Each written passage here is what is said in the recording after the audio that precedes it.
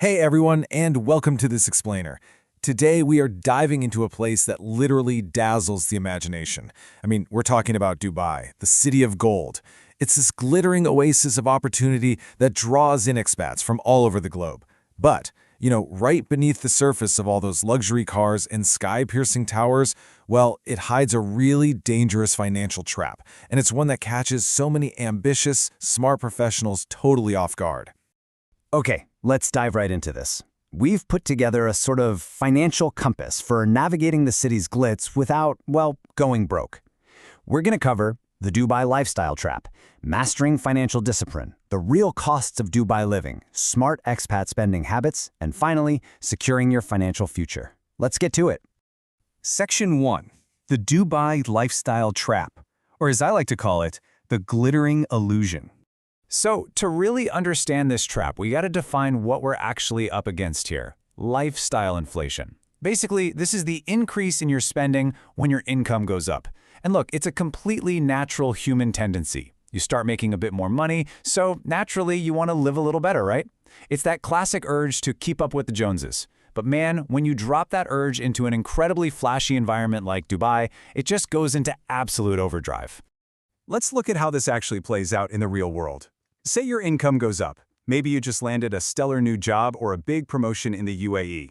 Fantastic, right? But almost immediately, your spending shoots right up with it. You upgrade the car, you move into a much fancier apartment, you start hitting up those ultra-high-end restaurants every weekend. And the result? You completely wipe out any actual wealth gain. You might be making twice as much money now, but you're saving the exact same amount as before. Actually, scratch that. Sometimes you end up saving even less. So what actually triggers this crazy cycle? Well, let's unpack the three main culprits. First up, social pressure. When literally everyone around you is living large, you feel this massive pull to join in just to fit in. Second is this intense desire for status. In a city that's built on luxury, what you wear and where you live become these incredibly powerful status symbols really fast. And third, the availability of easy credit. Credit cards, personal loans, they're handed out like candy. And I gotta warn you, when you're surrounded by high-end megamalls and constant luxury, resisting these three triggers, it takes some serious mental fortitude for sure. Section 2. Mastering financial discipline. Navigating the labyrinth. Escaping this trap isn't rocket science, but it definitely requires a reliable compass. And this brilliantly illustrates exactly what we need. A quote from the legendary Warren Buffett. He says, "Do not save what is left after spending, instead spend what is left after saving." This flips the usual script entirely. It anchors everything we're talking about today around the twin pillars of true wealth, saving and investing. You absolutely must pay yourself first before the city of Dubai gets a chance to empty your wallet. Think of these next 3 steps as your very own hand-drawn game plan. Step 1 is budgeting. This is your compass. You've got to be brutally honest and distinguish between what you actually need and what you just kind of want. Step 2 is saving. This builds up your safety net for all those unexpected, oh no, expenses. And step 3 is investing. This is your wealth snowball. This is where the magic of compound interest really happens. It's literally a snowball effect that makes your money work hard for you while you're fast asleep. All right, Section 3, Real Costs of Dubai Living. Time to face the numbers. Okay, it is time to shake off that glittering illusion and ground ourselves in absolute reality, 3,976.2 AED. So, according to our source data, this is the estimated monthly living cost for a single person in Dubai. But here's the kicker.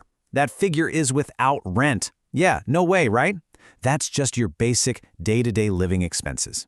When you understand this baseline, you can actually start to budget effectively and see exactly where your hard-earned cash needs to go just to get through the month. You can really see how this builds up when we start looking at daily choices. There is a massive, stark contrast between a budget choice and a premium choice here. Take dining, for example. An inexpensive meal out might cost you around 40 AED. But a mid-range 3-course meal for 2? Boom, that shoots up to over 550 AED. Literally, a single luxury meal could fund dozens of regular ones. And it's the exact same story with groceries. A loaf of fresh white bread is around 5 AED. But impulsively throwing a bottle of mid-range wine into your cart, that sets you back another 65 AED. You see, it's these daily, seemingly tiny choices that invisibly inflate your lifestyle. Oh, and whatever you do, do not forget utilities. 711.44 AED. That is the estimated monthly utility cost for a standard 915 square foot apartment. And remember, the air conditioning runs pretty much constantly in the desert heat, which means your electricity bill can absolutely skyrocket if you aren't paying close attention.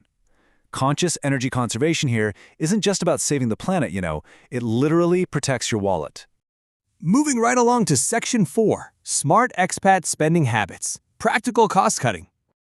Now, knowing the numbers is only half the battle, which leads us to a super common question. Is it even possible to enjoy Dubai's glitzy lifestyle on a budget? Well, the answer is an enthusiastic absolutely. It really doesn't have to be all sacrifice and miserable penny pinching. It's entirely about finding that sweet spot, balancing the joy of living in the present while aggressively securing your future. Now, what's really interesting here is how simple changes can yield absolutely huge results. Look at public transport. A one-way local ticket is about 6 AED. But if you're commuting every single day, grabbing a 340 AED monthly pass is so incredibly pocket-friendly.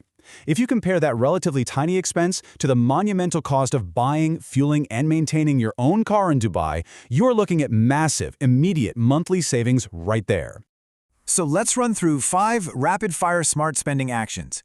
First, adopt savvy grocery shopping. Compare those prices and buy local instead of the crazy expensive imported brands.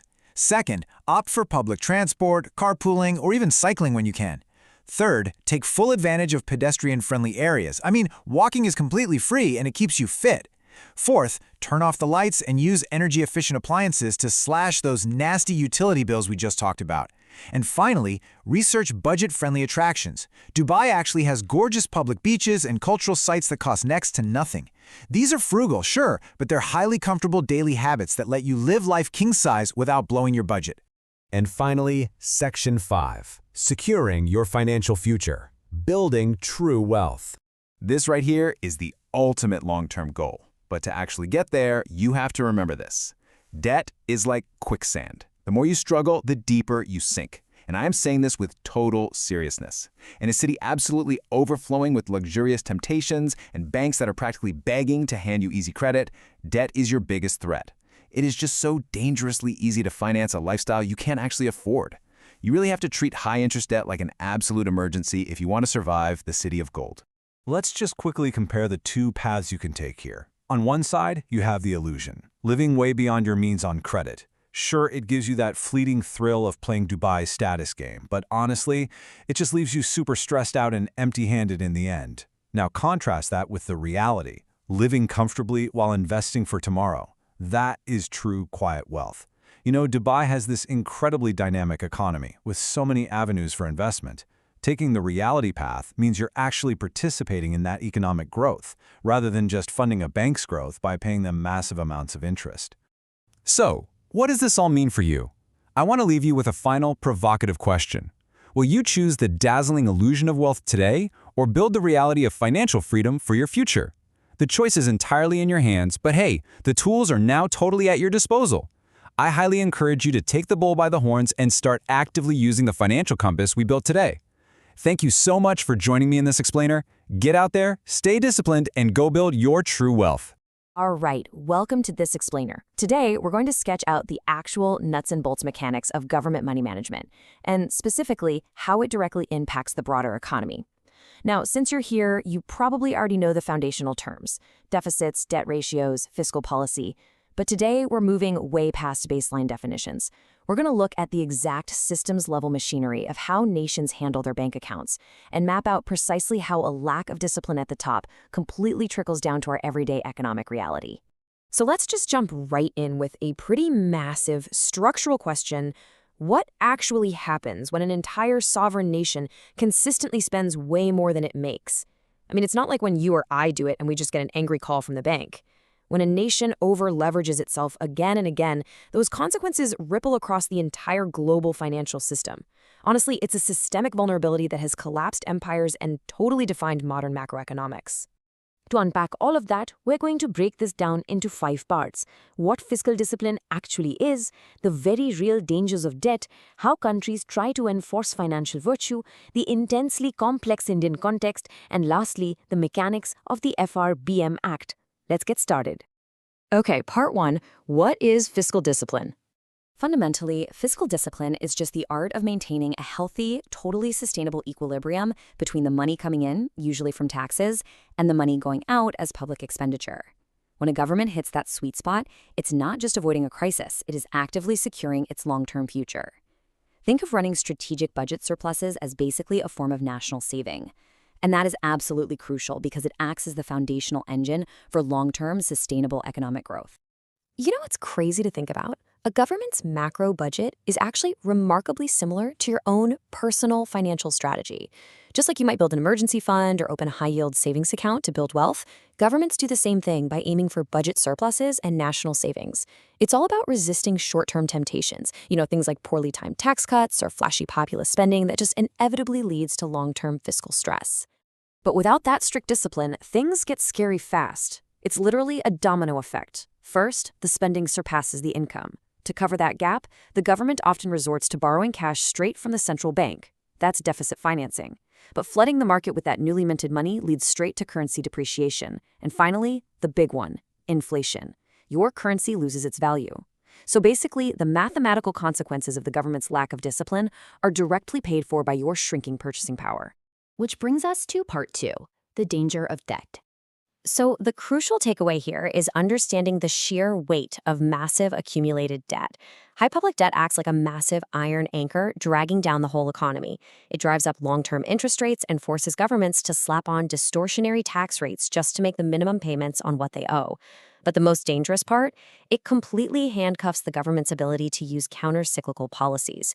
So when a recession hits and the economy desperately needs a stimulus, a heavily indebted government has zero leverage left. They are entirely trapped by their past borrowing. The root of this whole problem is perfectly summed up as an injudicious use of policy discretion. Basically, when politicians abuse their power to secure short-term political wins, say buying an election cycle with flashy, unfunded spending, it creates these prolonged deficits and pro-cyclical policies. That means they accidentally make economic booms artificially hotter and recessions way deeper, which ultimately results in a total loss of their credibility. Now, as a quick refresher, the ultimate metric we use to measure this exact vulnerability is the debt-to-GDP ratio. It just compares a country's outstanding debt to its annual economic output. Think of it as a country's ultimate credit score. It's a universally trusted measure that tells international markets and citizens whether a nation can actually afford to pay back its bonds and notes over time. Moving right along to part 3, practicing financial virtue. I mean, you wouldn't let a student grade their own final exam, right? Well, the exact same logic applies to sovereign governments. That is exactly why many countries set up permanent, independent watchdogs called fiscal councils. No matter the country, these organizations are brought in to objectively audit the government's math against strict sustainability metrics. They publish their findings for everyone to see, and that total public scrutiny is designed to forcefully keep the government on the path of budgetary virtue. All right, let's pivot to part 4, the Indian context. India presents such a fascinating and totally unique puzzle here. You've got a massive decentralized democracy with over 1 billion people and 29 states, where the states and municipalities are the ones actually doing more than half of all the government spending. But under its constitution, the major taxing powers are heavily centralized at the very top. So you end up with this really distinct economic tension. The folks doing the majority of the spending are rarely the ones raising the majority of the money. Because of that setup, a massive, persistent headache in India is something called the revenue deficit. This is a huge red flag. It happens when a government borrows money not to build a new highway or fund infrastructure for the future, but literally just to pay for everyday current consumption. When a government does this, they are basically raiding private savings just to keep the lights on. They're squeezing out private investment without building any long-term public assets in return. To really get why this is such a big deal, just look at India back in the 1990s. Back then, states were actively borrowing just to pay the interest on their past debt.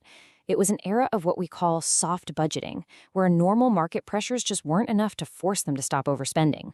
The necessary shift was getting to an ideal state: single responsibility, hard, non-negotiable budget limits, and a strict focus on actual capital investment. So, how do you actually fix that? Part 5, the FRBM Act. India needed a total structural reset, and that came in the form of the Fiscal Responsibility and Budget Management Act. Introduced in 2000 by Atal Bihari Vajpayee and officially passed in 2003, the FRBM Act was a total game changer. It wasn't just a polite suggestion.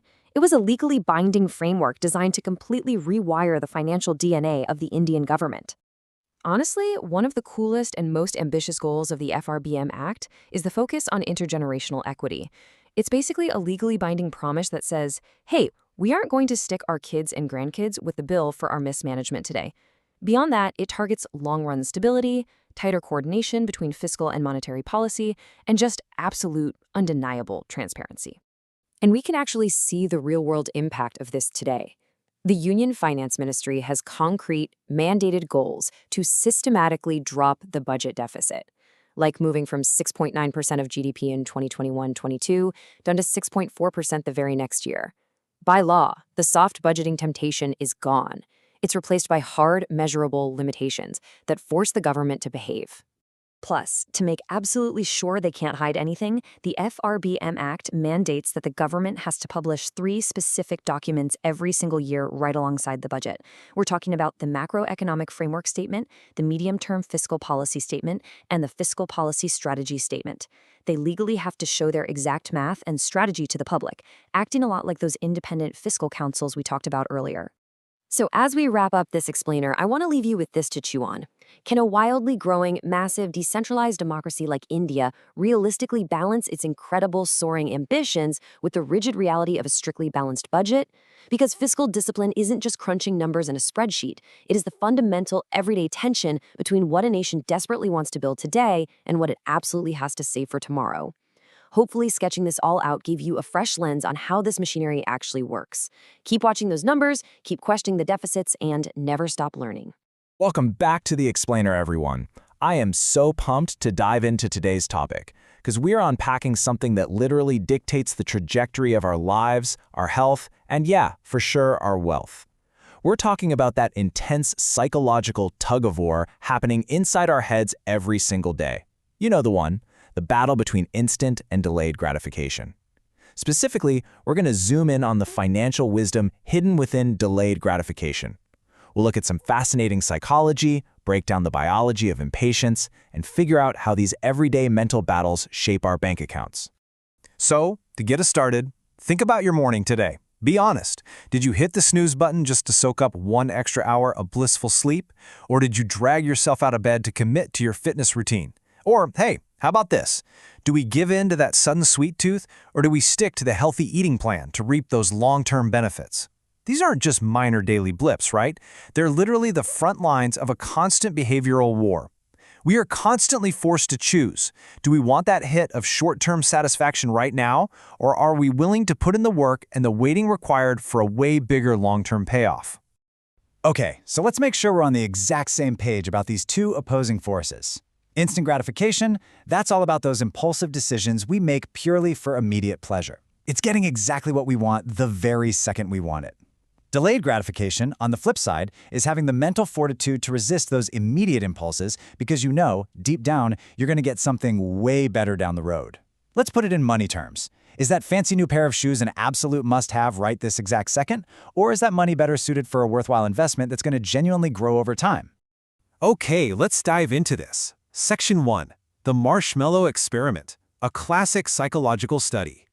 15 minutes. That's it. That is the core of the legendary Stanford Marshmallow Experiment, led by psychology professor Walter Mischel. Here's how it went down. Researchers brought little kids into a room and put their absolute favorite snack, like a big fluffy marshmallow, right in front of them. The kids had a choice. They could gobble it up right then and there, but they were also told that if they could just hold off for a short 10 to 15 minutes, the reward would be doubled. 2 marshmallows instead of 1. Now, for a young child, staring at a marshmallow for 15 minutes, that feels like an absolute eternity. But here's where it gets incredibly fascinating. What happened years later? Professor Mischel actually followed up with those exact same children as they grew into adults, and the correlations he found were absolutely staggering. The kids who opted for delayed gratification, the ones who successfully waited for that second marshmallow, didn't just end up getting more candy. They grew up to have better academic scores, they showed better social skills, more sustained marriages, and, absolutely crucial for us today, they had higher incomes and way better financial health. They even had a significantly lower probability of major health issues like obesity and substance abuse. It's wild to think about, but a simple childhood test of patience directly correlated with major, lifelong success markers. Which brings us to Section 2, Rewiring Our Brains, the Biology of Impatience. So, seeing those massive lifelong benefits, we've got to ask ourselves a pretty serious but empathetic question. Why is it so incredibly difficult for us to just wait for a larger reward? Why do so many of us struggle to just, be patient? Well, it's because our brains are biologically wired to seek out immediate pleasure and comfort. We just want to satiate those dopamine levels right now. Logically, sure, we might understand that waiting's the better choice, but consciously, and especially subconsciously, we absolutely hate the psychological discomfort that comes with denying ourselves an instant reward. Choosing instant gratification isn't some sort of moral failing. It's a biological default that we literally have to actively fight against. And you know what? Biology isn't even the only thing working against us here. There's also what we call the probability factor. Think of this as the ultimate fear of missing out. It's that nagging, anxious little voice in the back of your head, whispering that if you don't grab the reward right this second, you might lose the chance of getting it at all. It's a deeply ingrained survival mechanism, and it totally sabotages our ability to delay gratification. Because, let's face it, a bird in the hand feels a heck of a lot safer than two in the bush, even if waiting is statistically the far smarter play. Moving right along to Section 3, Mental Accounting and Money. The Financial Implications. Okay, so we know our biology and our fears make waiting super difficult, right? But how does all of this translate to our wallets? To understand our financial flaws, we have to look to behavioral economics and the brilliant work of the late Nobel Prize-winning psychologist Daniel Kahneman. He made this profound observation, stating, "Humans are more emotional than numerate." Wow, that perfectly frames why our financial decision-making is so frequently and sometimes disastrously flawed. When it comes to numbers and money, we really like to think we're acting like perfectly rational calculators. But in reality, our feelings are entirely driving the car. Kahneman highlights a fascinating concept called mental accounting. Basically, this is the human tendency to keep our money in different imaginary buckets or mental accounts right inside our heads. And the crazy part is, we apply totally different rules to each bucket. Instead of treating all our wealth as one unified portfolio, we fragment it. This is exactly why you'll see people simultaneously keeping money in a low-interest savings account while actively carrying a high-interest credit card balance. The math makes absolutely zero sense. But because we have this mental hierarchy that favors our emotional desires over practical numerical needs, we end up making some pretty terrible financial trades. So let's look at this in the real world. If your mindset naturally leans toward instant gratification, you're going to fall into those emotional traps. You'll splurge on the latest tech gadget just because it's on sale, totally ignoring the impending credit card bills. You might even cave to peer pressure and hype into unresearched stocks just because you don't want to miss out on a rare opportunity. But then, look at the delayed approach. Delayed gratification in finance means actively stepping back. It means reflecting. It means taking the actual time and effort to consider the future consequences of your decisions over time, rather than just reacting on impulse to the market or some flashy flash sale. This brings us to Section 4, your financial future, taking control of your habits. All right, so we've looked at the science, the psychology, and the economic theory. Now let's bring these concepts directly into your reality. Because this isn't just theory anymore. This is the reality of adult decision-making. Picture this. On one hand, you feel you completely deserve to splash your cash on a luxurious vacation right now. You've worked hard, you want that dopamine hit, and you want to relax immediately. I get it. But on the other hand, there's a very real future need, saving that exact same money for a child's education down the line. These everyday mental battles, they carry heavy, life-altering stakes. The choice you make here isn't just about a week on the beach, it's about the compounding effects of your decisions over decades. So as we wrap up, I want to leave you with a provocative question. Really reflect on this for me. If you had to take a brutally honest, quick quiz on your everyday choices right now, no overthinking, just looking at your actual, natural, day-to-day habits, which end of the gratification spectrum would dictate your financial future? Are you chasing the immediate thrill, or are you truly building for the long haul? Because ultimately, where you fall on that spectrum is the exact thing that will dictate your financial success or failure. Thanks so much for joining me for this explainer. Keep reflecting on those choices, and I'll catch you next time. Okay, let's dive right into this. Welcome to another explainer. Today, we're taking our analytical lens and pointing it at something we've all run into but probably never actually stopped to think about. We are going to explore a literal, digital, dead end. We're going to use some rough, hand-drawn sketch metaphors to help break down an experience that, let's be honest, is usually just incredibly frustrating. But I promise you, when you look at the actual architecture of a dead end like this, it is absolutely structurally fascinating. So, let's get started. I want to start off by just reading the entire piece of source text we're analyzing today. It's exactly 25 words long. Listen to the absolute finality of this. Request rejected. The requested URL was rejected. Please consult with your administrator. Your support ID is 1140-825-79889-417-85626. Go back. And that's it. That is the stark, uncompromising reality we're deconstructing in today's explainer. So the absolutely crucial question here is, what exactly is the system actually trying to tell us? You know, it's so incredibly easy to just angrily click away when we see an error screen like this. But if we pause for a second, if we look deeply at this microtext, what's the underlying narrative of this digital void? Section 1. The anatomy of rejection. A sudden, uncompromising roadblock. Let's look at the literal, exact moment a user's digital journey is just violently halted. Request rejected. Two blunt words. What's deeply fascinating here is the immediate and completely impersonal cessation of your intended path. There's no, "we're sorry," there's no, "an unexpected error occurred." It starts with an active, hard denial of your agency. Your request, your very desire to access information has been actively rejected. It's literally a closed door, slammed right in your face at the very onset. Let's move on and see how this builds. The requested URL was rejected. Notice the subtle semantic shift happening here. It's no longer just your personal request that's being denied. The text actively shifts the subject of the rejection to the URL itself. The digital location you're trying to reach is being actively denied existence by the system's logic. So the system isn't just saying no to you, it's declaring that the path itself is entirely invalid.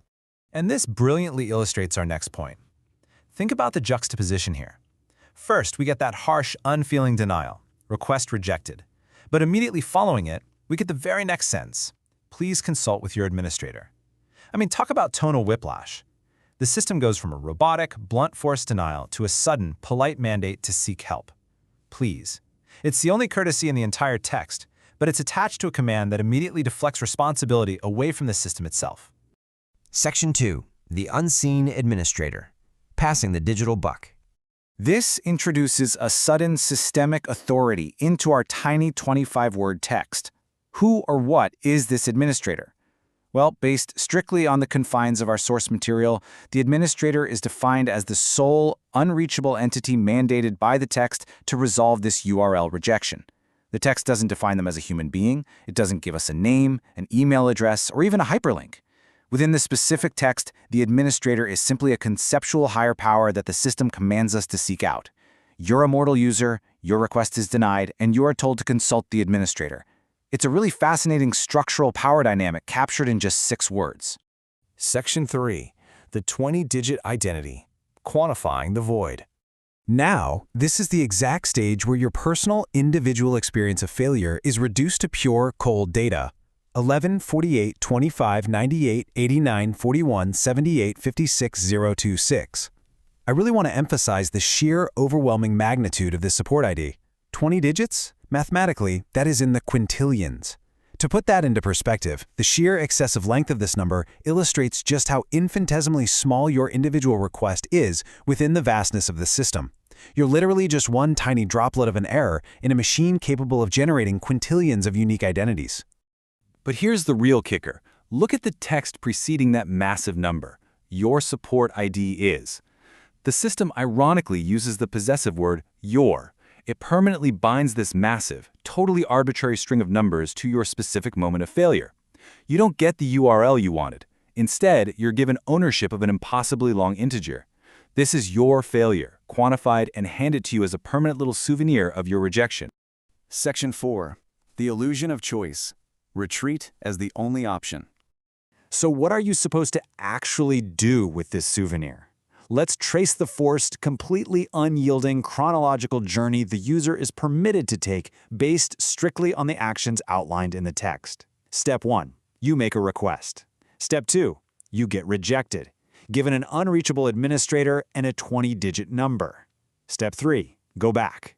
That's the whole shebang. It is a completely linear path with a hard dead end, all disguised as an interactive digital experience. Look at how this is visually and textually represented at the very end. Bracket. Go back. bracket. I want you to analyze the bracketed finality here. This isn't a friendly suggestion. It's a quiet defeat. It is a literal, uncompromising command to regress. The brackets literally wall the text in. There is no try again. There's no refresh. There is only the mandated retreat from the digital void you just encountered. So I want to leave you with this lingering thought as we wrap up today's explainer. When the system rejects us entirely, when it hands us a 20-digit receipt for our failure and commands us to retreat, is going back our only true direction? It's a pretty provocative question inspired directly by the system's final words. Next time you hit a digital wall, take a second to actually read the text. The architecture of a dead end is a truly fascinating thing. Thank you for learning with me today, and keep questioning the digital structures around you. You just had a heated argument with your sister. You pull out your phone, browse your favorite clothing store, and find yourself aggressively tapping buy on an expensive new outfit.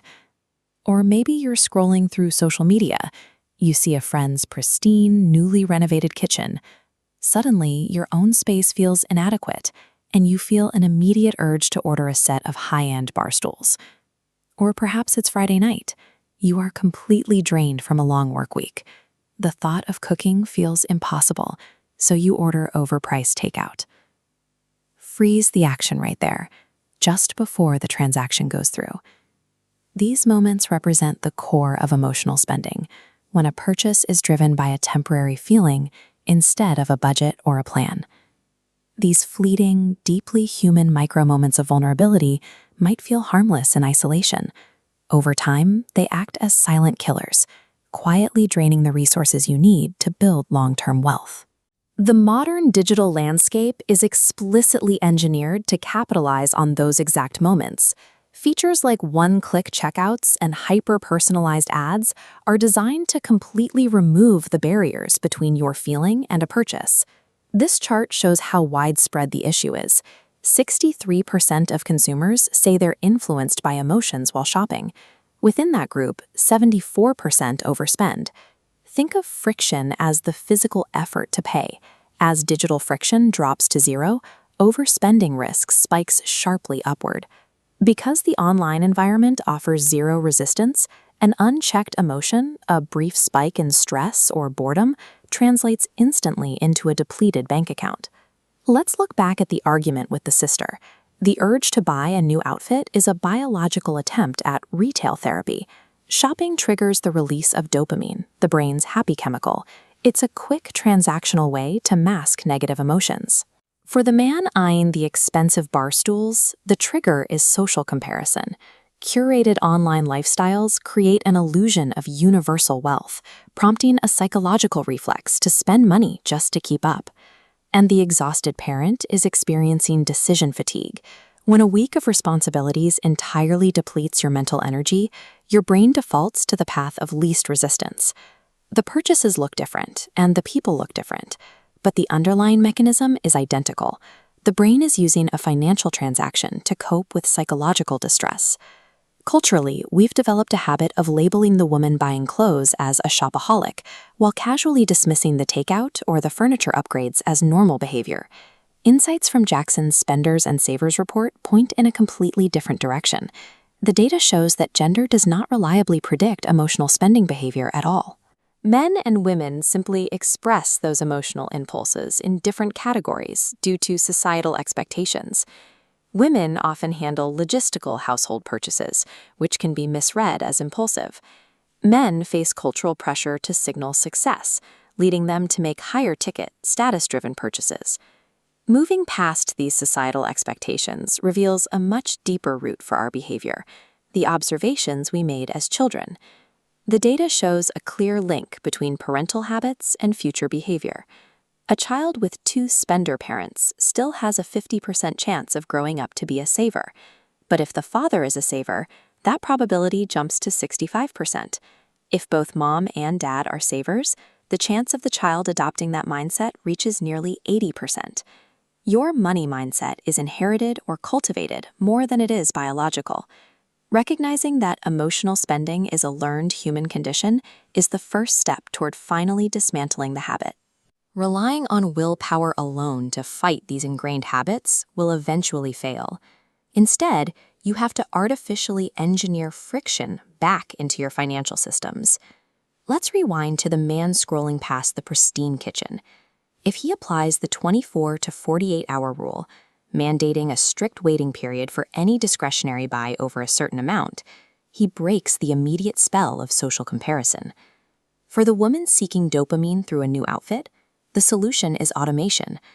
By setting up automatic transfers to investments the moment her paycheck hits, the money is out of sight. You cannot impulsively spend what you cannot see. This pie chart shows how the exhausted parent can find relief using the 50-30-20 budgeting method. By allocating 50% of income to needs, 20 to savings, and 30 to wants, they can carve out a specific capped sliver clearly designated for mood-driven spending. It acts as a pressure valve for decision fatigue.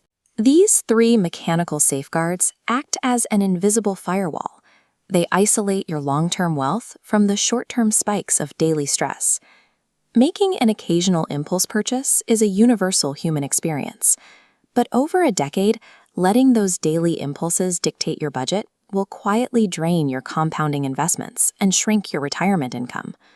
By diagnosing your personal psychological triggers and proactively building strategic friction into your account, you ensure that your money always serves your future, rather than your temporary feelings. Look at this split-screen visualization. On the left, we see a company's net profit climbing steadily. By most traditional accounting standards, this looks like a thriving business. But on the right, operating cash flow is plummeting into negative territory, triggering a default risk. In the exact same quarter a company reports record earnings, it can run completely out of cash and face bankruptcy. Focusing entirely on surface-level outputs like net profit or a price-to-earnings ratio creates a dangerous blind spot. These numbers often include non-cash items and accrued revenue that hasn't actually arrived in the bank account. Relying on them in isolation obscures the mechanics of how a business actually survives day to day. True corporate analysis requires a multidimensional approach. You need a matrix that tracks liquidity, operational efficiency, leverage, and market valuation simultaneously. To understand how these elements interact, we are going to build a comprehensive financial dashboard from first principles.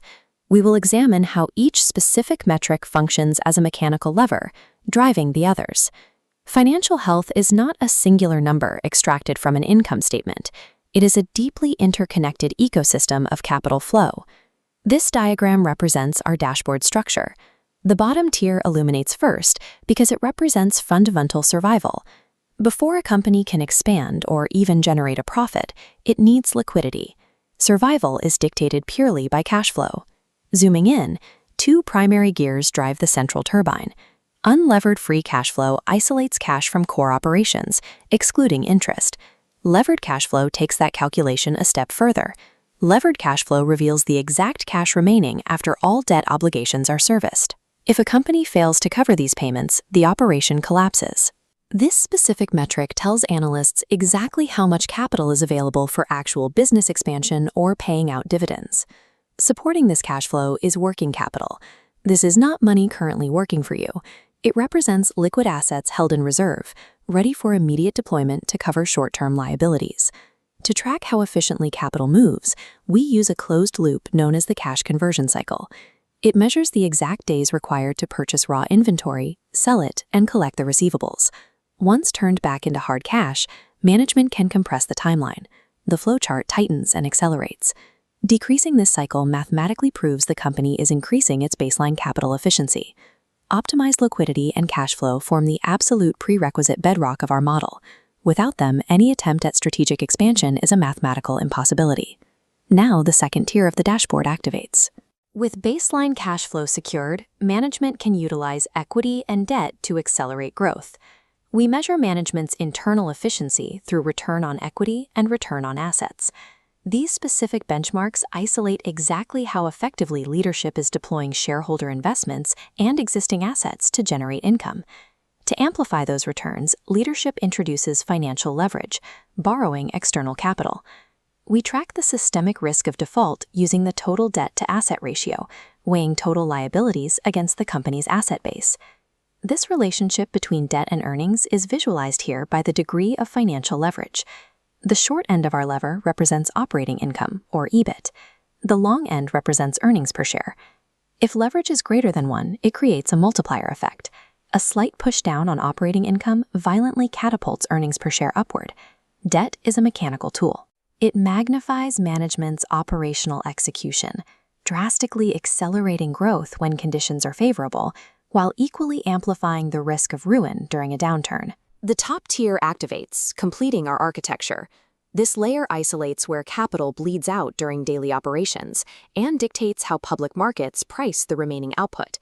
This cascading waterfall chart illustrates the friction in the system. We start with a massive block of gross revenue.